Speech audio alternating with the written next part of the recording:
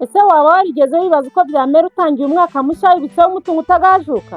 Mu gihe abandi bashyira imigambi yabo mu magambo, wowe ushobora kuyishyira mu mushinga wo kugura ubutaka. Akunzi ba Fortran Jongeye turabasuhuje. Twabazaniye ibibanza byiza cyane hano mu mujyi wa Muhanga, muri quartier nziza ituwe imeze neza. Aha ni muri quartier yo hafi y'aho drone zihagurukira. Aho ubona turi kukwereka ni hafi ya kaburimbo.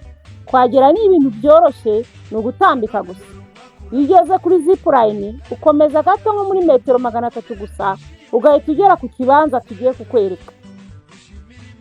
Iki kibanza kirengeje ubuso bwa metero 500, giherereye mu mujyi wa Muhanga hitwa Kavumu.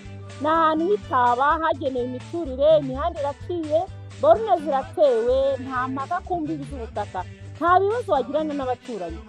Wifuza guhita wubaka iki kibanza birashoboka cyane.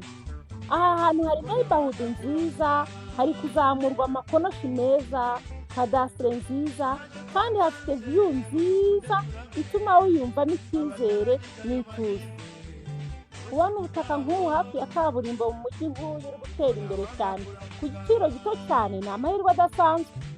Agaciro kaha kazamuka uko bwije n'uko bukeye. Mu kubifuriza umwaka mushya muhire wa 2026, ni nimwe mu mpano tubahaye. Impano yo gutangira umwaka mushya wibitseho UPI muri uyu mujyi wa Muhanga, uri gutera imbere umunsi ku wundi.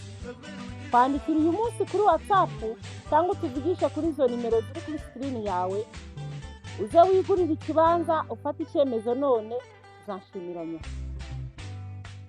Kora subscribe, like, share and comment, kandi wibuke ukanda ukazogera kugira ngo ujye ubibonera amakuru ku gihe yaguhindurira ubuzima.